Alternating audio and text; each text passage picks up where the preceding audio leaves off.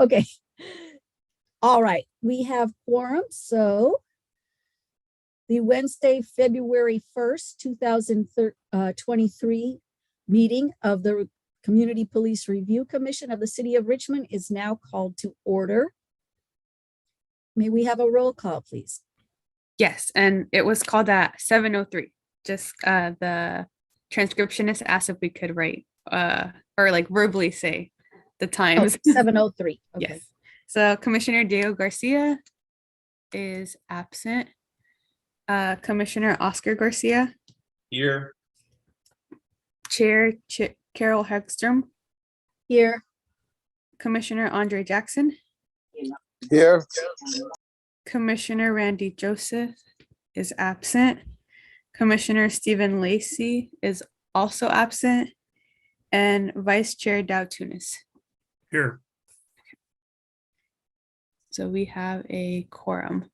Okay, so now we move on. Approval of minutes. We have a number of minutes. Would somebody like to make a motion to approve the minutes from May 5th, 2021, July 7, 2021, September 1, 2021, April 6, 2023, 2022, June 1st, 2022, July 6, 2022, October 5th, 2022, and November 2nd, 2022.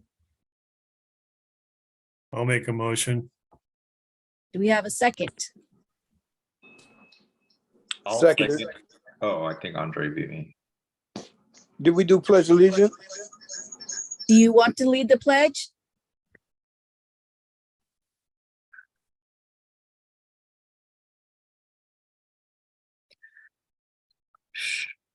Sure, May we have a roll call? Somebody else can do it. I can do it if you need someone to lead it. If you would like to, go ahead, please.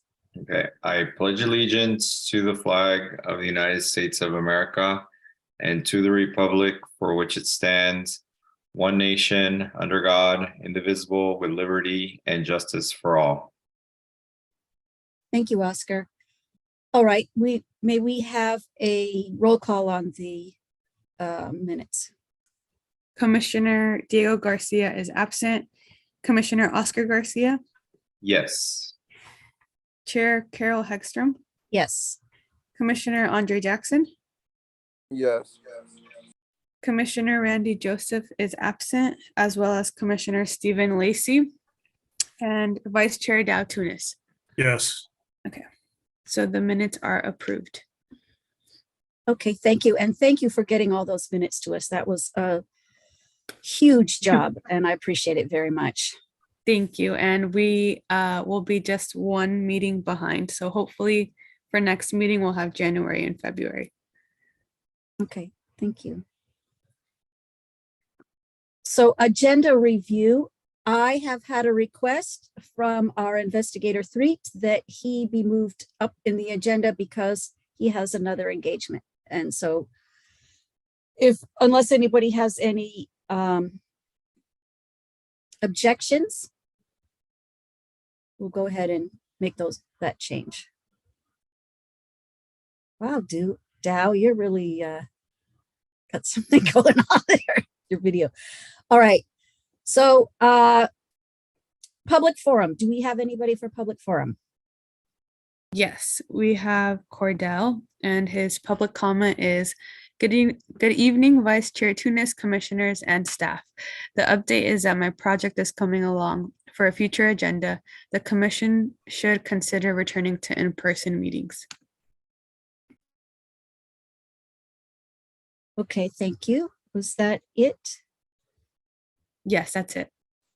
Okay, so now we can move to report by our investigative and appeals officer. Jerry Threet, you're up.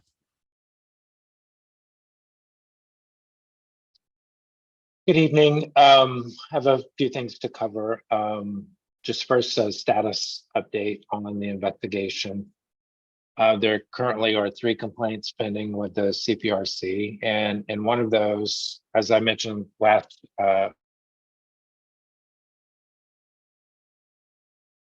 was told by RPD in September that the relevant records that are related to this complaint could not then be provided because there's an open investigation of a murder case that's connected to this complaint. I did check in today about whether there's been any change in the status, and I don't yet have that information, but this one could be on hold for a little while until that until that investigation of the murder is completed. In the two other investigations, I've interviewed the complainants and the witnesses in those cases. And one of them, I'm almost done with officer interviews. I'll be completed with officer interviews next week, and then I'll be able to move to the analysis. And I believe I will have this one ready to present at the next CPRC meeting. On the third complaint, I sent request out in December to the 4 officers for interviews.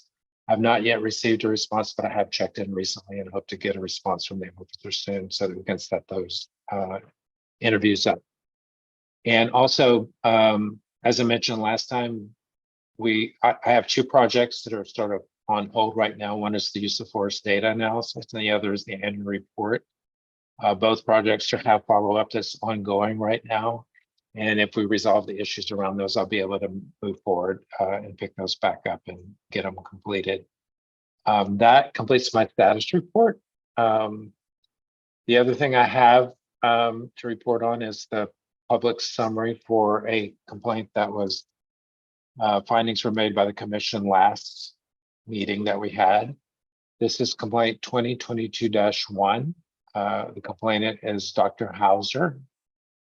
And you all received a copy of that summary. I do want to say that there is one mistake that I mentioned, that I noticed, I'm sorry, and that's in the second paragraph under findings of fact. It says the commission found that the comma, the word "the" before the comma should be stricken. And I will provide the administrator an edited version of that so that it should read, the commission found that comma, while the RPD officer violated the RPD policy on language access services, comma, there was insufficient evidence, etc. So I'll make that correction and get that to the administrator. But happy to answer any questions about this summary. Does anyone have any questions? I think Oscar's hand is up. Oscar, go ahead. Thanks for the update, Jerry. You had mentioned that you were trying to access data for, I believe, your the project on summarizing the use of force. Did I hear that correctly? Correct. And you and I had spoken about this, and I believe Councilmember Jimenez has had some exchanges with the Chief French, and conversations are ongoing. We're trying to set up a meeting actually between multiple people so we can discuss the issues and see how that can move forward. Okay. All right. I think that's it for me. Thank you. Dow, I see your hand up. Yeah, just Lilia, can you just add that Randy Joseph has joined? Yes, I just promoted Randy Joseph to panelist right now. So he is in the meeting. So do we need to vote on this public summary, or how does that? Yes. All right, do we have a motion to approve the public summary? Randy, so With the moved. corrections that investigator Yes. made? Randy, so moves with the corrections. We have a second? I'll second that. Let's have a vote. Okay. Commissioner Diego Garcia is absent. Commissioner Oscar Garcia. I abstain. I wasn't here for that meeting, so I abstain. Okay. Commissioner, Chair Carol Hegstrom. Yes. Commissioner Andre Jackson. Yes. Commissioner Randy Joseph. Yes. Commissioner Stephen Lacey is absent and Vice Chair Tunis. Yes. So 4 yeses and 1 abstain vote. So The motion passes. Okay. So now we can put that public summary up on our website, please. yes, I will do so after this meeting. Thank you very much. Thank you. Okay. Thank you, Investigator 3. Now we move on to the report of our City Council liaison. Councilwoman Jimenez, it's your turn to speak. Oh, there she is. Yeah. Hi, everybody. Great to see you again. My report is that we have a presentation of the crime data, and Chief Friend did an excellent presentation about the difference between the data, the USC data that we are using, and the new data and how it's going to report. One of the things that the council was going to was requiring, it was a plan for education in the community about how that data is going to be presented, because in some ways it gives us the presentation presented that it can give the impression that crimes is going up, but it's the way of reporting. We have crime going down in violence crime by 9% according to the report. So that is a good news. So that was a long conversation, and we are looking forward for the plan and just kind of give updates about how this education is going and how we can support to do more education, like maybe council hosting with her some of these conversations in some of the neighborhood council meetings, just throwing out ideas about that. So that was my report. Another thing that as Mr. Thread is talking about, I had been in conversation with the chief about urban policing strategies LLC, which is the organization, the consultant who is doing the analysis for the use of for data. And I know that several of commissioners has been asking for that data to give it to Jerry, knowing the raw form, but maybe some compiled data, because if not, it will take a lot of time of Jerry to do that work. So we are trying to figure it out. And tonight, before this meeting, the chief just sent an email saying that the policing strategies LLC is willing to meet. She's waiting for some dates. So we get that information. In the meantime, we would like, Jerry is asking for the contract, so to see what actually the language, so we know if what they can share and not. So we go with that information to the meeting. Yeah, so I'm glad to be here, and just any question? Happy to answer. Does anyone have any questions for Councilmember Jimenez? I think Oscar's hand is up. Oh, go ahead, Oscar. Yeah, I had a question for our city council liaison.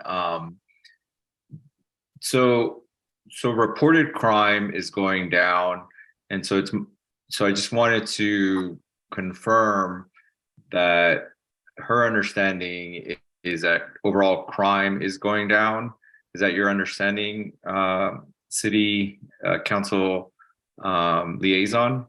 Well, it's not my understanding. The report that I am just reporting what the chief of police reported. So the report was that violent crime went down 9%, and I don't remember exactly the other crimes, but it went down 7%.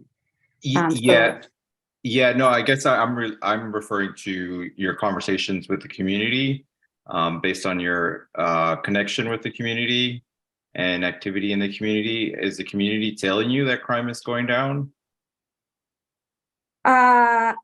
So you are just trying to put like that, what I am feeling about crime? No, what the community is telling you, not what you personally feel.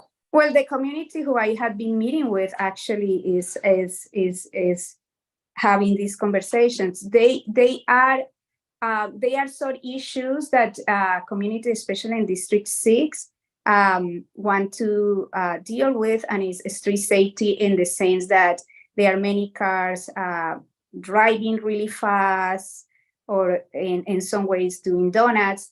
And I had been like, actually, I had two conversations with two community groups here where they are really interested in looking at infrastructure and engineering solutions for some of these to slow traffic, because they feel like it's more like these cities, the streets are too wide and just kind of like going really fast. So we are meeting with, we have a really good meeting with Council Member Gail McLaughlin and I, and different departments, including the police department, met with the director of public works, the new public works director, to see how we can start addressing in an interdepartmental way the issues that we have. We are having a meeting in the third week of February with some of the community in the intersection of Keith Boulevard and Barrett Avenue, because they are had been asking for some engineering solutions there. We are talking to them and see how we can engage the community in that. Some of the other issues had been around kind of like dumping or more kind of like living conditions, where we have been able to address to the rent program. They have been really helpful with that, and co-informants as well. So if you are talking to me about this, has been the conversation that I have with the community, and the data shows, based on the data, it shows that crimes is down 9%. So that is what you wanted to hear. Yeah, no, it sounds like you're hearing that crime is getting down. So it sounds like we need to put you in contact with some additional community members so you can get some additional touch points there on that. But my last question, or second question, is following up with the earlier comment on when the city and the commissions are going to go back in person. Do you have an update on that? No, the only thing that I have is that and maybe Pan or like have more information, but the information that I have from the city clerk is that council is going back in a hybrid model in March. In February,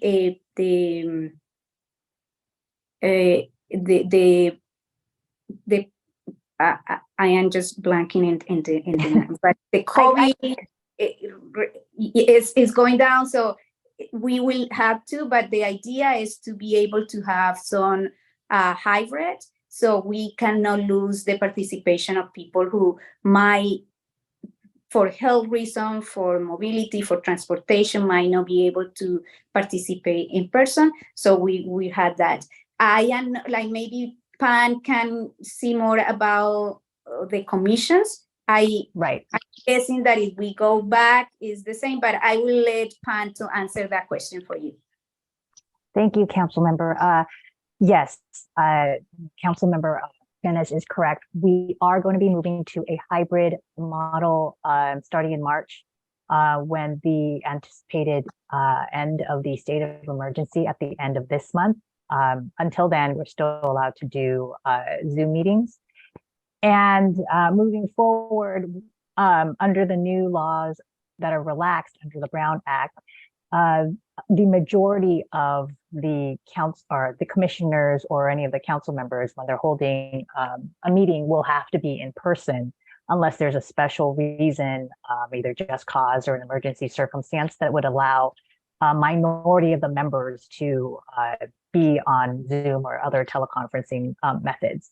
But we hope that to the extent that we do have in-person meetings, we will also promote Zoom or some other teleconferencing options for those that can't, members of the audience and the public who can't make it in person, to allow additional participation and observation and comment. Yeah.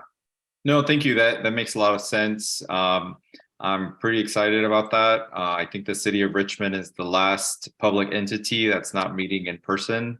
So I'm glad we're catching up to everyone else. Thank you. Yeah, and I want to kind of like, I know that's for some commissioners and other commission and task force has been, is going to be difficult to be in person for various reasons. So I think looking at, and maybe can help us looking at in some ways how people can still participate, because they are also members of the community who are volunteering their time to be part of that.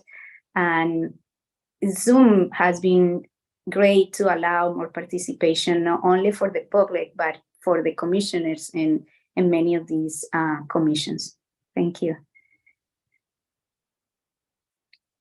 Okay, I see that Randy Joseph has his hand up. Hey, hello everybody. One, sorry that I'm late. I get off work at 7. So the meeting starts at 7, so it's hard to be on time. So I try to get us home as fast as I can. So I do apologize for that. My question for Councilwoman Jimenez. So for me, I keep hearing this, and I heard this at the crime meeting. Oscar tried to allude to it, but not asking the direct questions, but trying to allude to it. That, and I've heard this to the fact that, well, yeah, crime is going down, but what's happening is that people aren't reporting crimes because they don't feel like people are dealing with that. And that's only been, my issue is that it's only been said when the defund reallocation process started. It's never been a conversation starting point 3 years ago, 4 years ago, or 5 years ago. This is just new. I even looking back in minutes and looking back a long time, that's not been a talking point. So and then also for me, like when people say, oh, you should check with people to see crime, like feelings and data are two different things. So my question is for you, in the community around that area, what are they saying about crime? What are they saying about things based on what the data that you're seeing? I think like just go back to my my comment. I had been having meetings with people, and one of the things that like in District 6 particularly, they like emails that I receive, phone calls that I receive is mostly around street safety, in terms of like how we can make sure that people slow down, and it's a combination of the engineering, enforcement, and education, right? It's not like one thing. But if we put the money in just one particular part of that, then we won't have the money for the other things that we need to do. So, and the pie is not getting bigger. So the reallocation is more about what are our priorities in terms of like how we address the issues that people are caring about and are saying to us. And that means that as I said before, safety is more than just one department. Safety is because we have the streets clean, the lights on, the parks are cleaned, engineering solutions for speeding and for other issues are in place. And all of that requires money, right? So, and in terms of like what you say about this discussion about, oh, is that people are not calling. I think like also has to be driven by data.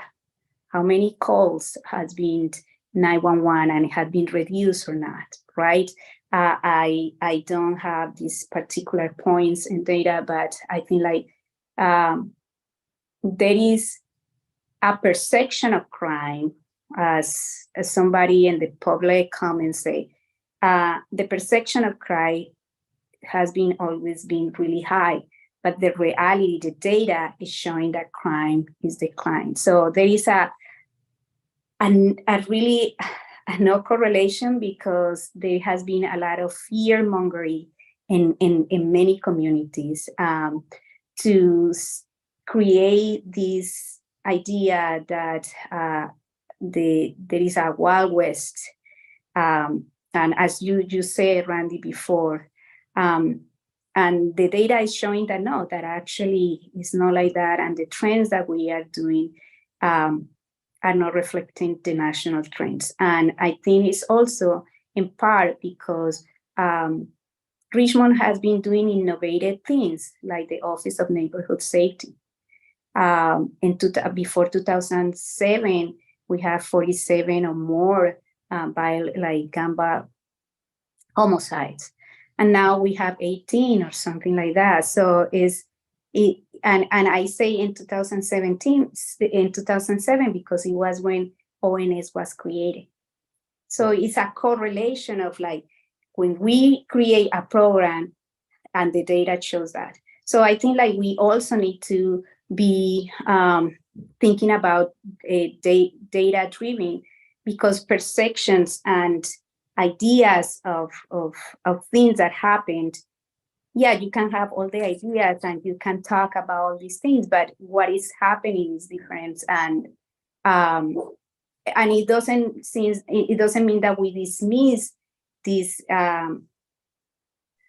what people are saying. But as I said, in the district with the communities and that I have been talking to, they are really interested in street safety and solutions that can really support a slow traffic and educate people about it.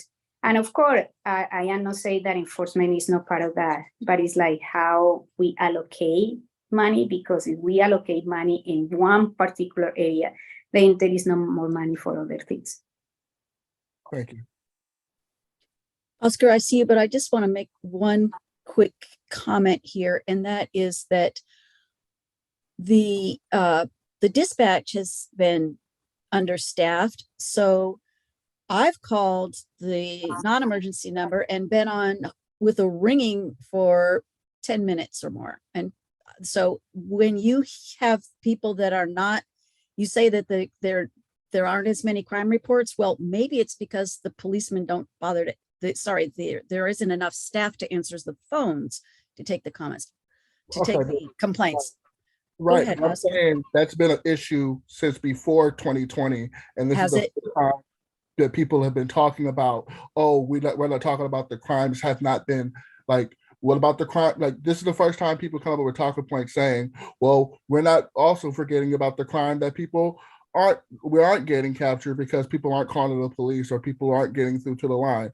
This has just started to be a talking point. You've not heard this before 2020. It's only started after the fund reallocation movement as a way to say we need to make sure the money saves the police. We didn't hear this in 2019. We didn't hear this in 2018. We didn't hear this in 2017. We didn't hear this in 2016. Okay. I think is why is that a talking point now when it shows that crime is going down, and the argument that we need more police equals safety is being debunked by the numbers.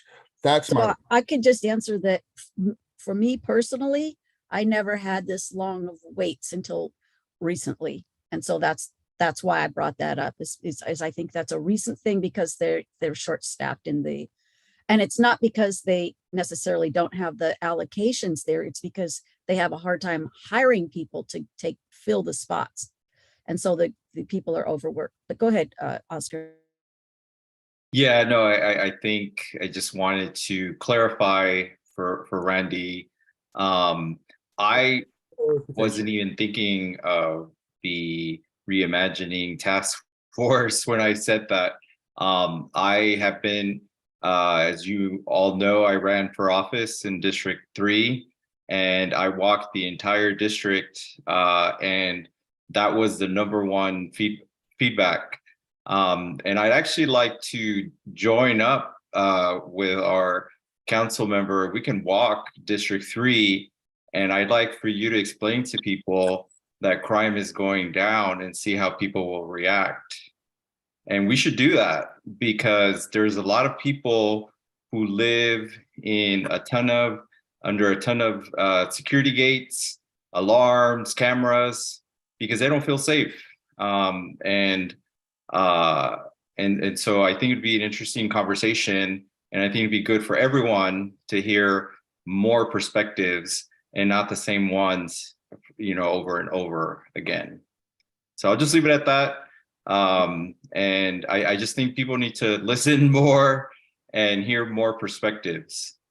Yeah, no, I thank you for doing that. Like, yeah, you ran for city council, and the woman who won was Doria Robinson, who is now in the city council. And I was talking to people while she was running, and her message was actually about how we reimagining public safety, and she won with that. So I think it's also how we have more dialogues, and I agree with you, have more dialogues, but the dialogue has to be more around also the fear mongering that many or some members in the community wants to do, but another vision. And I think I am really happy that Councilmember Robinson is there. She has really a strong connection in the community, and I am looking forward to working with her as the new city council who won with a platform of reimagining public safety as well. Thank you. Yeah, so Right, thank you. I'll be can we- following up to schedule that visit. Okay. Perfect. Awesome. Thank you. Okay, if we don't have any more questions, let's move on. Thank you so much, and thank you for sharing this meeting, Carol. It's great. Thank you. Thank you, Councilwoman Jimenez.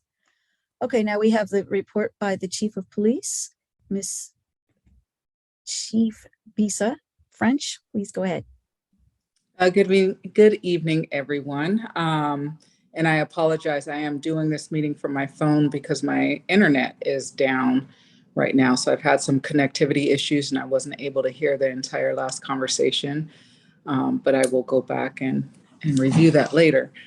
I also can't access all of my notes that I have, but I'll do my best with everything that I was trying to report. A couple things I want to clarify before I start from the conversations that I did hear. One, I just want to make sure everybody knows that Mr. Threet is not waiting for any data from the police department. We have provided long time ago the data that was requested. And so what they're looking for is data from the vendor now that I don't think that the vendor is going to be willing to provide, but we're setting up a meeting to get that worked out. So secondly, I just heard some of the tail end of the last conversation, and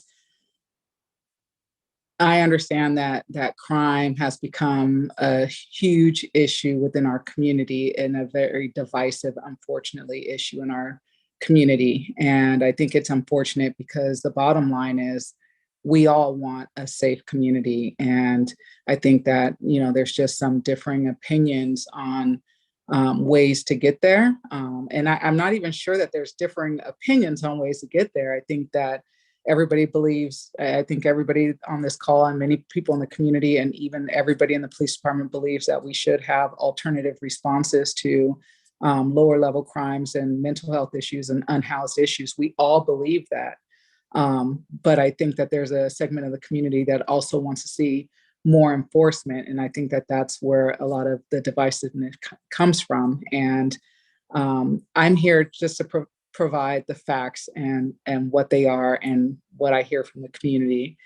And so like Councilmember Jimenez said, I did make a report to the city council last week, and violent crime is down for last year, 9%, and property crime down 7%. But again, that's reported crime. And yeah, we should celebrate that. But I also want to report what the facts of the matter is. And I did a 5-year evaluation of crime, and that's what I presented to the city council. And the fact of the matter is that on average, every year in Richmond, there are 716 violent crimes reported. That's on average over the last 5 years. And on average, there are 3,514 property crimes reported across Richmond. And frankly, to me, that's way more than we should have. And so that's where my concern is whether it's down or it's up or people are not reporting or not, those numbers that are reported are way too high for our community. And so I'm trying to figure out how I can work with my officers in the community to bring those numbers down. Those numbers those numbers only reflect Part 1 crimes. Those are basically felony crimes. So they don't take into consideration some of the quality of life issues that we repeatedly hear across the community, and that's the speeding cars, dumping, any of the misdemeanor crimes. So those are the facts. Those are the numbers. On average, 716 people are victims of violent crime in Richmond, and 3,514 people are victims of property crime in Richmond, and those are the reported numbers.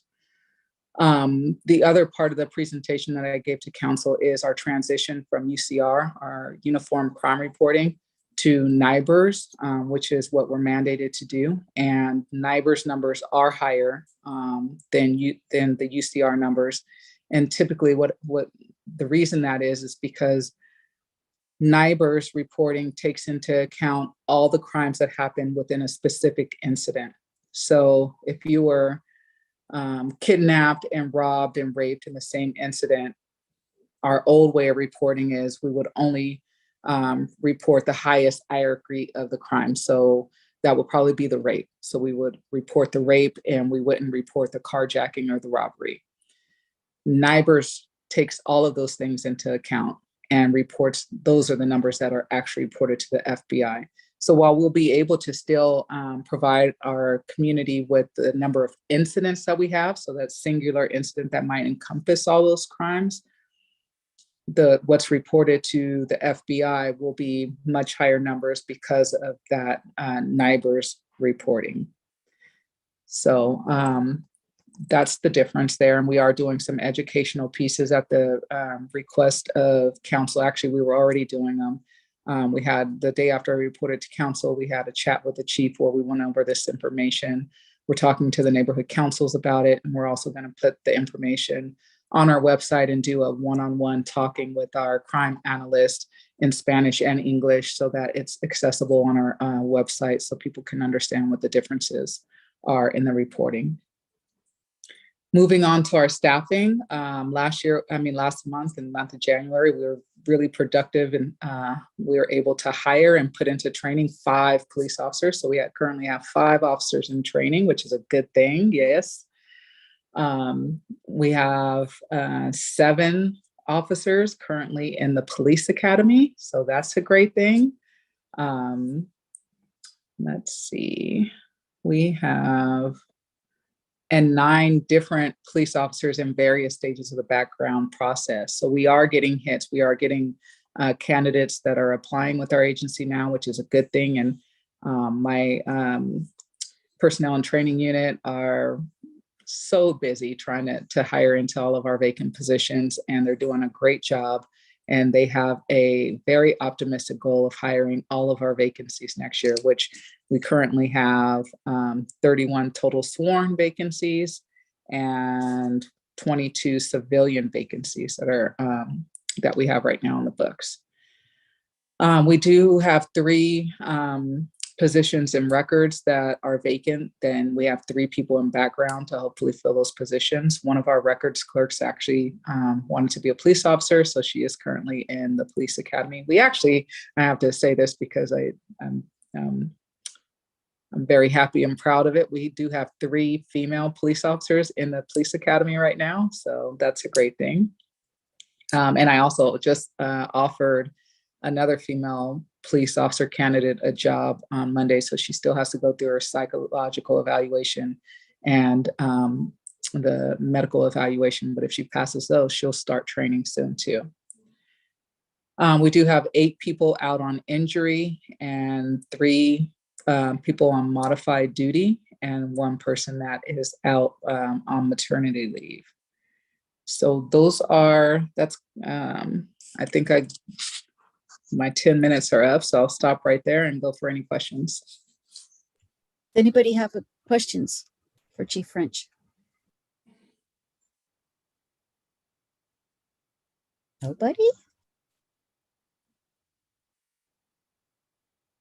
Oscar, go ahead. No, I just want to say thanks for clarifying the item around the data for Jerry. I was out, so I was forgetting the details, but I appreciate that he's hopefully will be getting what he needs. So thank you for that. Thank you. Randy, Yes. Hello, Chief French. My question is, because it's heavy on my mind, looking at the Tyrese Nichols situation and seeing how that was a tragedy that shouldn't happen in the first place. What does the police department do in terms of training of traffic stops to make sure stuff like that does not happen? So first of all, what happened in Memphis, should never have happened, completely tragic. And I can't even fathom what those officers were thinking, because none of it is what we teach. None of it's what we trained. We've talked about traffic stops before, and we actually have in our policy that we focus on traffic stops that are focused on violations that cause traffic accidents. So that's one of our focuses when we do traffic stops. But it's hard to even say, what we do differently, because it's everything. Everything about that stop and what I've seen on the video is completely different from how we respond. How we conduct traffic stops and what we do. It's completely against our training. It goes against, it's just not what we do, period. And then after that, so all uses of forces are reviewed. They were not reviewed not only by the supervisor, but they are reviewed by our use of force board. If somebody's hospitalized over 3 days, those reports actually come to you all for review. So we have several mechanisms in place.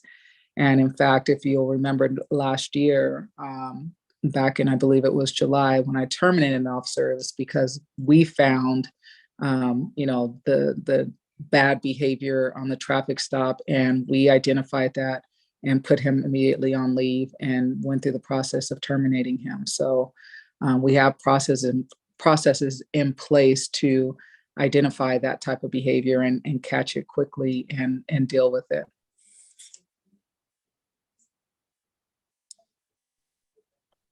thank you. And thank you for doing that. Are there any other questions for Chief French? Okay, thank you for your report. Appreciate it. Thank you. So now Ben Terrio of the RPOA. It's your turn, Ben. Good evening. Can you hear me? All right. Ben Terrio, President of the Richmond Police Officers Association. Good to be here with you tonight. Yeah, just start off with the tragedy in Memphis.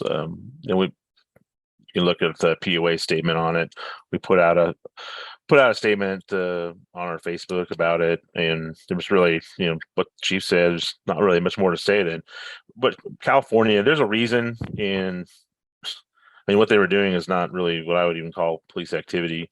And I kind of wonder if there's really more to the story. Quite frankly, there's some type of personal connection or something there. Like some of these things, the facts will trickle out eventually.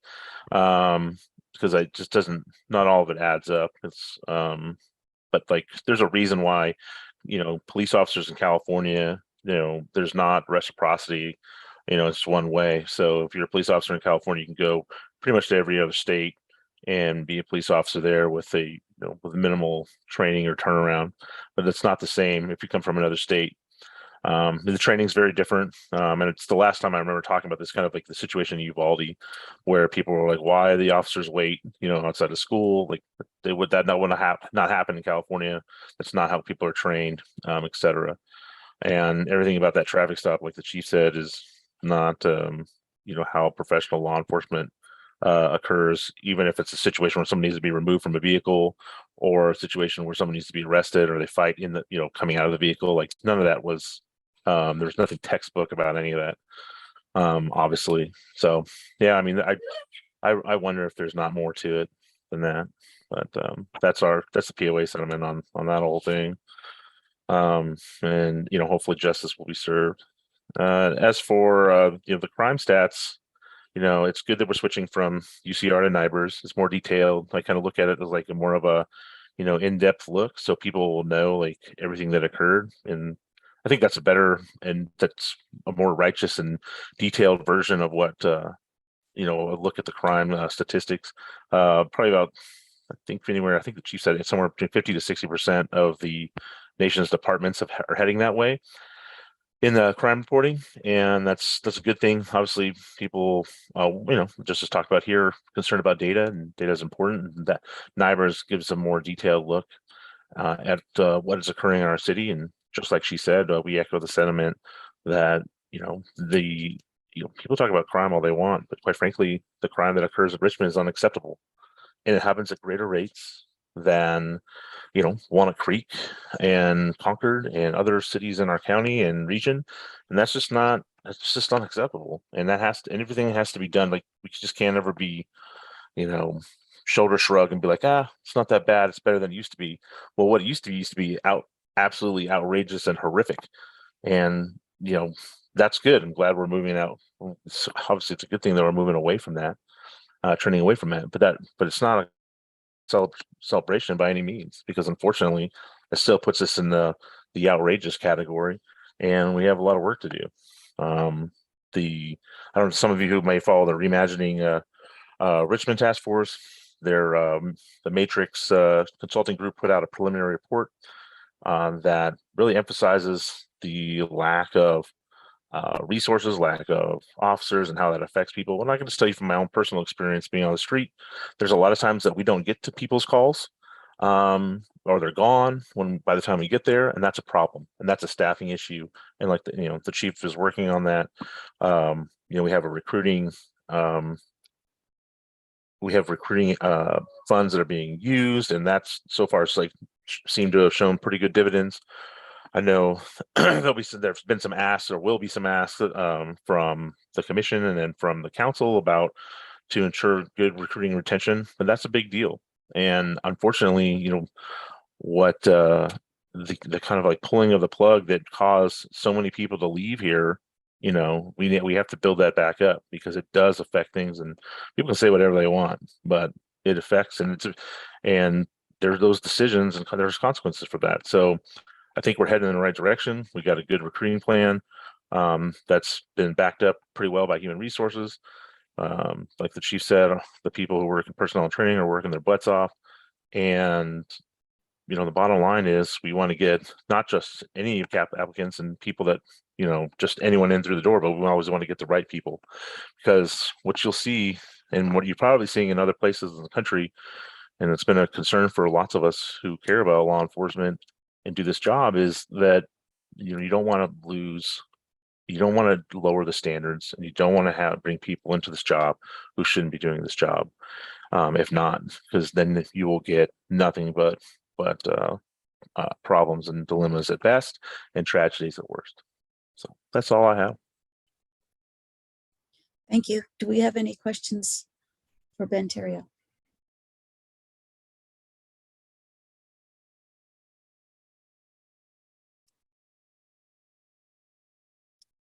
I don't see any questions. Thank All right. you. Guys have a good night. Thank you for your report.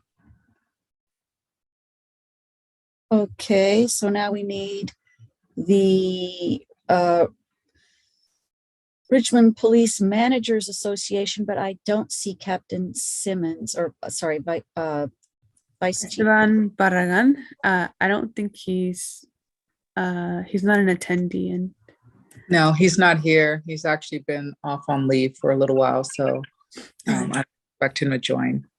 Tim Simmons was promoted to assistant chief, so he's no longer in that. Assistant Chief. That's what I meant to say. Okay, so so he's not the oh, okay. no, I think 2 meetings ago, Esteban was taking over. Correct? Oh, sorry. Yes. Okay, but Esteban's not here, so No.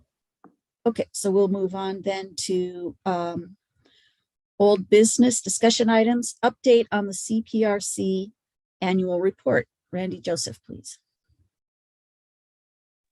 No updates at this time. There'll be a further update next month. Okay, thank you. All right, let's see, do we have anything else?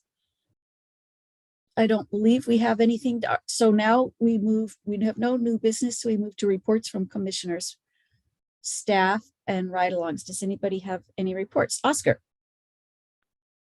So I attended the inauguration of our re-elected DA, Diana Becton, and she mentioned a couple of grants that the county received to address or to create diversion programs especially for youth.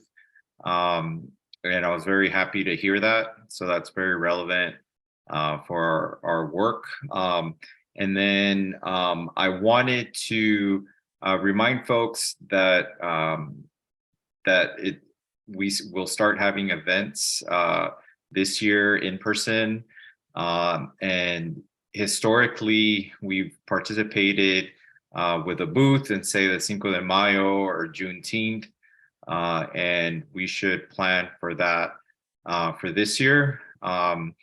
And I can definitely be a liaison for the Cinco de Mayo. I'm involved with the planning and can help be the lead point of contact for the commission as well, for example, and can definitely help with the Juneteenth and any other sort of festivals that are coming up.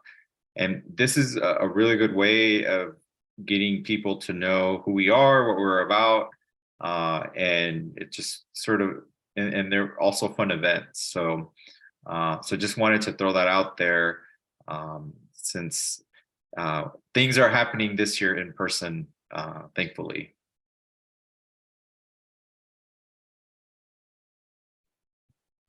Thank you, Oscar.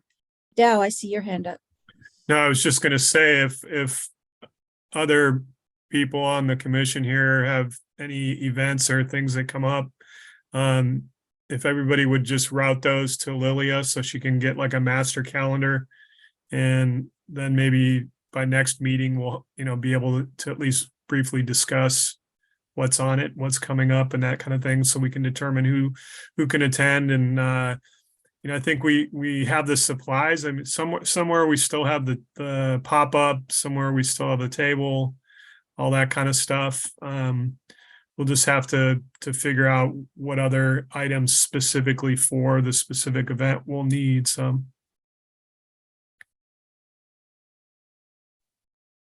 Thank you, Dow. And I agree that that's a good item to have on the agenda for next month, because last time I thought we were going to have a table at Juneteenth, and then there was some reason that we couldn't do it. So I think if we can get started on this earlier in advance, then we can make sure that we can actually, it takes a little planning. You can't do it at the last minute. So I think this is good timing to start thinking about that. Okay, does anybody else have any reports? All right, thank you, everybody. The meeting is now adjourned at 7:57 p.m. Thank you all. Wow, that was a very efficient meeting. Thank you. Thank you, everyone.